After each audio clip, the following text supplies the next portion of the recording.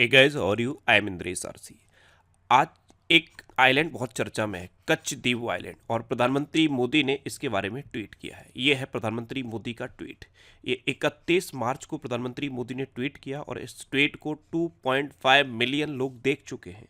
तो ये क्या है कच्छ द्वीप, और ये एकदम से चर्चा में क्यों आ गया? आप एक वीडियो देखो, प्रधानमंत्री मोदी जी की वीडियो है, आप इस वीडियो को देखो।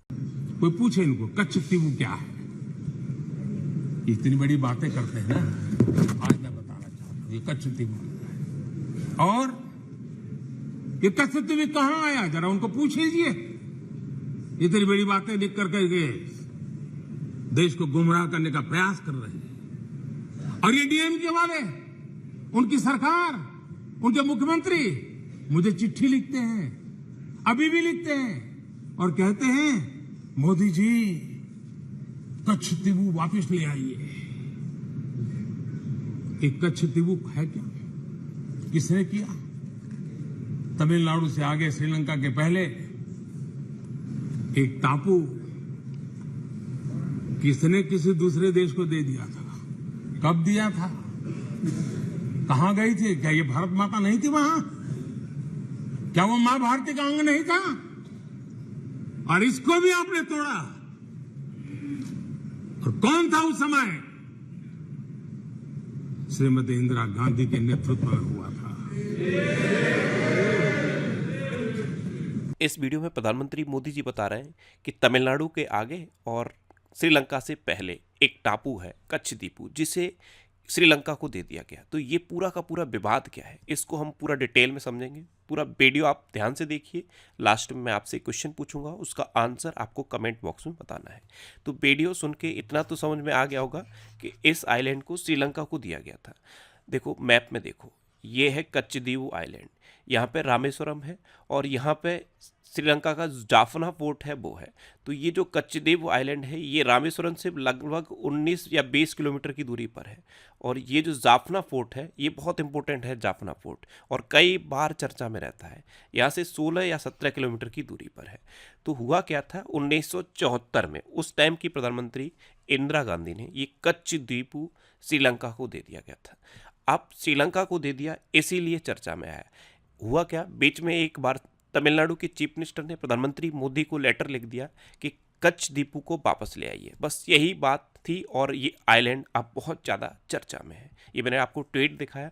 प्रधानमंत्री मोदी ने एक आरटीआई का हवाला दिया है। एक्चुअल में तमिलनाडु में जो बीजेपी के अध्यक्ष हैं उन्होंने एक आरटीआई डाली थी और उस आरटीआई से ये खुलासा हुआ है कि 1974 में उस टाइम की प्रधानमंत्री इंदिरा गांधी ने इस आइलैंड को श्रीलंका को दे दिया था।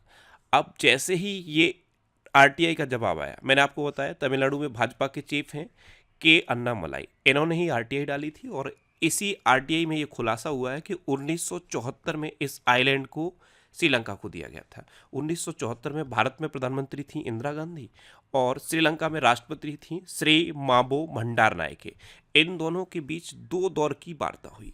पहली वार्ता हुई थी 26 जून 1974 को और दूसरी वार्ता हुई थी 28 जून 1974 को। ये जो पहली वार्ता हुई थी ये श्रीलंका की कैपिटल कोलंबो में हुई और दूसरी वार्ता अपनी कैपिटल दिल्ली में हुई। और इन दो दौर की वार्ताओं के बाद ये डिसीजन लिया गया कि ये कच्छ द्वीप श्रीलंका को दिया जाएगा। अब श्रीलंका को दिया गया है, इंडिया के पास में है, तो हमेशा से ये डिमांड रहती है तमिलनाडु की ये द्वीप हमको मिल जाए। जब ये द्वीप दिया गया था तो कुछ शर्तें रखी गई थी कि जो भारतीय मछुआरे हैं वो इस द्वीप पर अपना जाल सुखा सकते हैं। एक्चुअली मछुआरे जब मछलियां पकड़ते हैं उसके बाद अपना जाल किसी टापू पे जाके सुखाते हैं। तो ये शर्त रख दी गई थी कि भारत के जो मछुआरे हैं वो अपने जाल को इस द्वीप पर जाकर सुखा सकते हैं। और यहाँ पे एक बहुत ही फेमस चर्च है, उस चर्च में भारतीय लोग बिना वीजा के जा सकते हैं। ये दो इम्पोर्टेंट शर्त रखी गई थी, तब से ये दोनों शर्तें लागू भी हैं। और प्रधानमंत्री मोदी संसद में इस मुद्दे को उठा भी चुके हैं और प्रधानमंत्री मोदी की नज़र में ये कच्छ द्वीप भी है। अच्छा, ये 285 एकड़ में फैला है। 285 एकड़ का मतलब हुआ 1.5 square kilometre, approx 1.5 square kilometre का ये एरिया है। यानी कि बहुत बड़ा टापू नहीं है, बहुत छोटा सा टापू है, लेकिन भारत की दृष्टि से ये इम्पोर्टेंट है। 285 एकड़ में फैला है, रामेश्वरम से लगभग 19 किलोमीटर की दूरी पर है, और अगर आप जाफना पोर्ट से देखेंगे तो जाफना से ये लगभग 16 या 17 किलोमीटर की दूरी पर है। अब यहाँ पे जो चर्च है, इस चर्च का नाम है सेंट एंथोनी चर्च। क्या नाम है? Saint Anthony church. ये 110 साल पहले बनवाया गया था, और 2016 में एक न्यूज वायरल हुई थी कि श्रीलंका की गवर्नमेंट इस चर्च को गिराना चाहती है। जब ये न्यूज वायरल हुई उस टाइम भी ये कच्छ दीपू आइलैंड बहुत ज़्यादा चर्चा में आ गया था, लेकिन बाद में इस न्यूज का खंडन किया गया श्रीलंका की तरफ से कि श्रीलंका गवर्नमेंट इस चर्च को नहीं गिराना चाहती। ये उन्होंने क्लैरिफिकेशन दिया। तो ये चर्च अभी भी है, ये है सेंट एंथोनी चर्च। ये कच्छ दीपू आइलैंड पर है, यहाँ भारत के लोग भी जाते हैं और श्रीलंका के लोग भी जाते हैं। अच्छा, एक बार फिर मैप में आपको दिखाता हूँ। ये आपका रामेश्वरम है, ये जाफना है, यहाँ से और यहाँ से। आपको पता है, मैं आपको अक्सर बताता हूँ, भारत और श्रीलंका के बीच में पाक स्टेट है। क्या है? पाक स्टेट, और शुद्ध हिंदी में से पाक जल डमरू मंडल कहते हैं। क्या कहते हैं?